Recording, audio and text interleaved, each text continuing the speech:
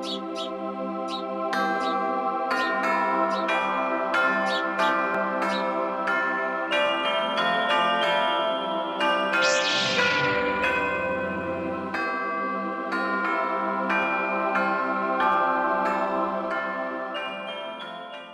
चूँकि मनु ने कहा कि विवाह सबसे बड़ा संस्कार है, जीवन में सारे जो ऋण हैं, 3 ऋण जो हमने कंधे पे रखे थे उनको उतारना विवाह के माध्यम से होगा। तो इसलिए विवाह के बहुत लंबे चौड़े नियम दिए हैं। एक को कहते हैं हम अंग्रेजी में एंडोगेमी, एक को कहते हैं हम एक्सोगेमी। इस पर मनु ने बहुत लंबा चौड़ा लिखा है। एंडोगेमी का मतलब है कि आदमी अपने ही गोत्र में विवाह नहीं कर सकता। ये बिल्कुल, लेकिन अपनी जात में विवाह करेगा। जो वर्ण है उसका वर्ण से बाहर, अगर वर्ण से बाहर विवाह करेगा तो वर्ण संकर हो जाएगी। वर्ण संकर के लिए हिंदी में बहुत ही खराब शब्द है। हिंदी में उसके लिए शब्द है हरामी।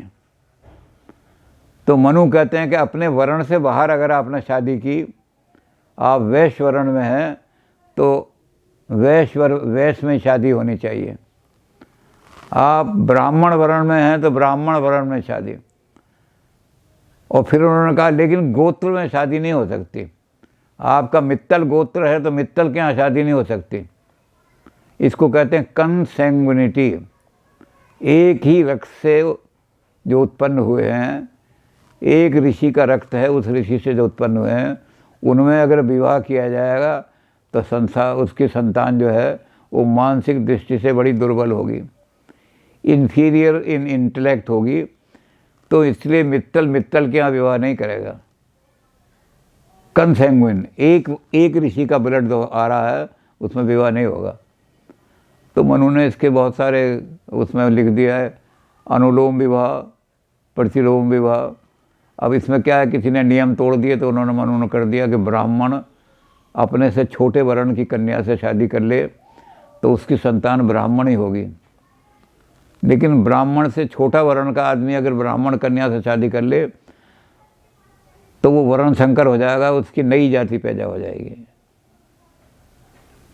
वो ना ब्राह्मण रहेगा ना वो रहेगा जो माँ का वर्ण है, वो तीसरी और चीज़ बन जाएगा वो। तो वर्ण संकर जातियाँ, पहले वर्ण ही वर्ण थे, जातियाँ नहीं थीं। और जब वर्ण में मिश्रण होने लगा तो जाति बना दी। मनु ने कहा कि अब ये जाति बन गई, अब ये वर्ण नहीं रहा। तो मनु ने इसके लिए बहुत सारे नियम दिए हैं कि अनुलोम विवाह तो जायज़ है, यानी ऊंची जाति का आदमी छोटी जाति से विवाह कर ले वो जायज़ है। उसमें क्या होगा कि वो संतान वही कहलाएगी जो क्षत्रिय जो है वो वैश्य की कन्या से विवाह कर सकता है तो उसकी संतान क्षत्रिय होगी। वैश्य जो है शूद्र की कन्या से विवाह कर ले तो संतान वैश्य बनेगी। लेकिन अगर शूद्र जो है वो बनिए की लड़की से शादी कर ले, और अगर शूद्र जो है ब्राह्मण की लड़की से शादी कर ले, तब तो संतान बिल्कुल ही निकृष्ट होगी, चांडाल कहलाएगी वो। तो इसलिए अनुलोम और प्रतिलोम के विवाह के नियम बहुत सारे मनु ने लंबे चौड़े दिए हैं। प्योरिटी ऑफ ब्लड के लिए जितना हिंदुओं ने नियम बनाए हैं कि हमारी ब्लड की प्योरिटी रहनी चाहिए, उसमें सारे, अब ये मनु के नियम 1956 तक चलते रहे। 1956 तक ये रहा कि अगर आपने अपनी जाति में विवाह, अपनी जाति से बाहर विवाह कर लिया तो कोर्ट जो है उसको अवैध घोषित कर देगा। और अवैध जब कोर्ट घोषित कर देगा तो बिरादरी तो उसका बाइकाट कर देगी। इसी तरह आपने अगर गोत्र में विवाह कर लिया अपने में तो कोर्ट में उसको अवैध घोषित हो जाएगा। तो 1956 में पहले तो अम्बेडकर ने हिंदू मैरिज एक्ट बनाया, मनु की सारी स्मृति को बदल दो, लेकिन वो Hindu code bill pass president ने दस्तखत नहीं किए, पास नहीं हुआ। तो फिर तोड़ करके फिर नेहरू ने कहा कि जो तुमने बनाए हैं नियम लागू तो मैं कर दूंगा, लेकिन छोटे छोटे रूप में करूंगा ताकि इतना बड़ा आंदोलन ना खड़ा हो। कि राष्ट्रपति ने कहा कि मैं इस बिल पे दस्तखत नहीं करूंगा, हिंदू कोड पे मैं इस्तीफा दे दूंगा। राजेंद्र प्रसाद ने वापस कर दिया बिल। तो अब ये थोड़े थोड़े उसमें परिवर्तन लाए। तो 1956 में परिवर्तन लिया है, अंतरजातीय विवाह अवैध नहीं होगा। आप दूसरी जाति में विवाह कर लें, आप बनिए हैं और आपने ब्राह्मण का विवाह कर लिया तो कोर्ट उसको अवैध घोषित नहीं करेगी। बिरादरी में चाहे कंडेमेशन हो जाए, चाहे कुछ हो जाए, चाहे ऑनर किलिंग हो जाए, लेकिन कोर्ट उसको इंटरफियर नहीं, लॉ इंटरफियर नहीं करेगा। इसी तरह जो गोत्र का है, उन्होंने कहा नेहरू जी ने कि एक सिंगल आदमी, वो सिंगल है और उसके पूर्वज जो हैं वह सिंगापुर में या इंडोनेशिया में बिजनेस कर रहे हैं, 5 पीढ़ियाँ 6 पीढ़ियाँ वहाँ चली गई और एक सिंगल यहाँ बैठा है। अब क्या इनका एक ब्लड है? तो सगोत्र विवाह भी जायज़ हो गए। सिंगल के घर विवाह कर लेगा तो कोर्ट उसको कैंसिल नहीं करेगा, बिरादरी कंडेमेशन करे दूसरी। लेकिन उन्होंने मनु की एक बात को भी रखा, उन्होंने कहा कि वो तो अगर हमने मनु को तोड़ दिया तो हिंदू समाज में शोर मच जाएगा। वो क्या है कि सपिंड गोत्र जो है उनमें विवाह नहीं हो सकता, यानी 5 पीढ़ियाँ जो हैं वो हम छोड़ देंगे। बाकी अब मित्तल हैं तो अगर 10 पीढ़ियाँ पहले अलग हो गए तो कोई बात नहीं, लेकिन 5 पीढ़ी छोड़ देंगे, पिता, दादा, परदादा, उसका बाप, उसका बाप। अगर वहाँ तक की पीढ़ियाँ हैं कि ये हमारे 5 कुलों की पीढ़ियाँ हैं तो उनका विवाह जायज़ नहीं होगा। तो ये मनु की बात को इन्होंने थोड़ी सा रखा कि कंसैंग्विन जो है वो यहीं तक रहेंगे, इससे पीछे के नहीं माने जाएंगे। तो सगोत्र विवाह भी जायज़ हो गए अब, जिसको मनु ने कहा था कि नहीं अपने एक ही ब्लड से पैदा नहीं होने से। तो अब इन्होंने हिंदू मैरिज एक्ट में सारी चीज़ें चेंज कर दी। अब मनु की बहुत सारी चीज़ें चेंज हो रही हैं। तो अब मनु ने विवाह के जो नियम थे वो तो जैसे अपने विवाह, एंडोगेमी, अपनी कास्ट में विवाह करो, बाहर की कास्ट में मत जाओ, इसको अब कानून तोड़ दिया। अब खूब अंतर्जातीय विवाह हो रहे हैं। और इसी तरह उन्होंने कहा कि अपने गोत्र में नहीं कर सकते, तो जाट तो शोर मचा रहे हैं कि सगोत्र विवाह दोबारा लागू करो। लेकिन लोगों ने उसे भी स्वीकार कर लिया कि अगर एक मित्तल यहाँ रह रहा है और एक मित्तल इंग्लैंड में 10 पीढ़ियों से वहाँ गया हुआ है तो उसका हमारा क्या संबंध, मित्तल। इसलिए 5 पीढ़ी छोड़ करके 5 विवाह हो सकता है। तो ये विवाह के जो नियम बनाए थे इन्होंने सारे, अनुलोम विवाह, प्रतिलोम विवाह, छोटी जाति का आदमी बड़ी जाति से शादी करेगा तो ना इस वर्ग का आदमी होगा ना उसके नई जाति। और ख़ास तौर से जो अगर कोई शूद्र किसी ब्राह्मण की कन्या शादी कर ले तो वो तो अंत्यज कहलाएंगे, वो लोग तो समाज से बहिष्कृत चांडाल कहलाएंगे। शूद्र को अधिकार नहीं है ब्राह्मण की लड़की से शादी करने का, लेकिन ब्राह्मण अपने नीचे की वर्ण से शादियाँ कर सकता है। ये अनुलोम विवाह होंगे, मनु ने कर दिया सारा। तो विवाह के बहुत सारे, अब विवाह के इन्होंने 8 रूप बताए, कुछ आर्य विवाह, कुछ अनार्य विवाह, यानी कुछ लीगली धार्मिक विवाह और कुछ अधार्मिक विवाह। उन अधार्मिक को भी विवाह माना है। तो इन्होंने कौन कौन से बताए। सबसे पहले कहा ब्रह्म विवाह। ब्रह्म विवाह में क्या होता है, कन्या को सुसज्जित करके, अलंकृत करके, और लड़के के हाथ में जब हाथ दिया जाता है तो उसमें संकल्प ये नहीं होता कि लड़की को तुझे दे रहा हूँ, उसमें ये होता है कि तुम ज्ञान अर्जन करके मोक्ष मार्ग पर चलो। तो ये विवाह संतान उत्पन्न करने का नहीं होता, ये ज्ञान अर्जन करने का होता है। लड़की भी बड़ी इंटेलेक्चुअल है, लड़का भी बड़ा इंटेलेक्चुअल है, तो संतान हो जाए तो हो जाए, नहीं हो तो कोई बात नहीं, लेकिन ज्ञान अर्जन के लिए दिया जाता है ब्रह्म विवाह। ये सबसे श्रेष्ठ विवाह माना गया। तो ब्रह्म विवाह के बाद दूसरा होता है देव विवाह। देव विवाह में ये होता था कि बड़े बड़े यज्ञ होते थे, जैसे दर्श पौर्णिमा है, ये 1 महीने तक यज्ञ चलता था। तो उसमें बार बार ब्राह्मण बदलते रहते थे, हर हफ्ते बदल दिए, 10वें दिन बदल दिए, तरह तरह के ब्राह्मण आते रहते थे। तो उन ब्राह्मणों में से स्वयोग्य ब्राह्मण को देख करके 1 महीने में उसके आचरण को भी देख लिया, उसके खान पान को भी देख लिया, उसके रहन सहन को भी देख लिया। तो ये ब्राह्मणों में विवाह होता था। या देव विवाह, उस देवताओं के यज्ञ में आने वाले ब्राह्मण के हाथ में कन्या दे दी जाती थी, ये देव विवाह होता था। अब इसके बाद तीसरा विवाह है प्रजापात्य विवाह। हम प्रजाएं उत्पन्न करेंगे उत्तम प्रजाएं उत्पन्न करेंगे। हमारी प्रजा हमसे हीन नहीं होनी चाहिए, एक भी बच्चा हमारा कुमारगामी नहीं होना चाहिए। तो संकल्प यही किया जाता है इसमें भी अलंकृत कन्या करके, और लड़के के हाथ में धर्मे च अर्थे च कामे, धर्म अर्थ काम और अर्थ में तुम्हारे परिवार में कोई अतिचार ऐसा ना हो जिससे बच्चों पर कुसंस्कार पड़े। अगर तुम दिन रात इंडल्ज हो रहे हो संभोग में तो बच्चों पर भी खराब असर पड़ेगा उसका। अगर तुम्हारी वाणी अपवित्र है तो बच्चों पर भी खराब असर पड़ेगा उसका। तो इसलिए इन तीनों चीज़ों को रेगुलेट करने के लिए मैं तुझे कन्या दे रहा हूँ, और तुम दोनों मिलकर के उस हाथ पकड़ेगा कि आओ हम मिलकर के उत्तम प्रजाओं से इस सृष्टि को भरेंगे। तो प्रजापात्र विवाह जो होता है वो उत्तम प्रजाएं उत्पन्न करने के लिए। और चौथा विवाह है आर्ष विवाह। आर्ष विवाह में कन्या खरीदी जाती है। किसी की कन्या बहुत सुंदर है तो विवाह करने के लिए जब हम गए तो हमने कहा कि, उसने कहा लड़की मेरी बहुत सुंदर है लेकिन मेरे पास पैसा नहीं है। तो हम कहेंगे पैसा हम देंगे, सारा खर्चा विवाह का हम करेंगे और भी पैसा हम दें। तो धन दे करके जब कन्या से विवाह किया जाता है तो ये आर्ष विवाह हो जाता है। ये हमारे विवाह जो हैं इनको हमने धार्मिक विवाह कहा। अब अधार्मिक विवाह कौन से हैं? पहला है गंधर्व विवाह। गंधर्व जाति जो थी वो गांधार में रहती थी, नाचने गाने वाले लोग होते थे। वहाँ लड़की और लड़का मिलकर के आपस में तय कर लेते थे और एक दूसरे का हाथ पकड़ा विवाह हो जाता था। उसमें कोई विवाह का संस्कार नहीं होता था, बस उसने उसको पकड़ा। आजकल जयमाला डाल दी, विवाह हो गया। तो इतने सारे पाखंड की बजाय गंधर्व विवाह कर लो, जयमाला उसने गले में डाल दी, वो तुम्हारे गले में डाल दे, विवाह हो गया।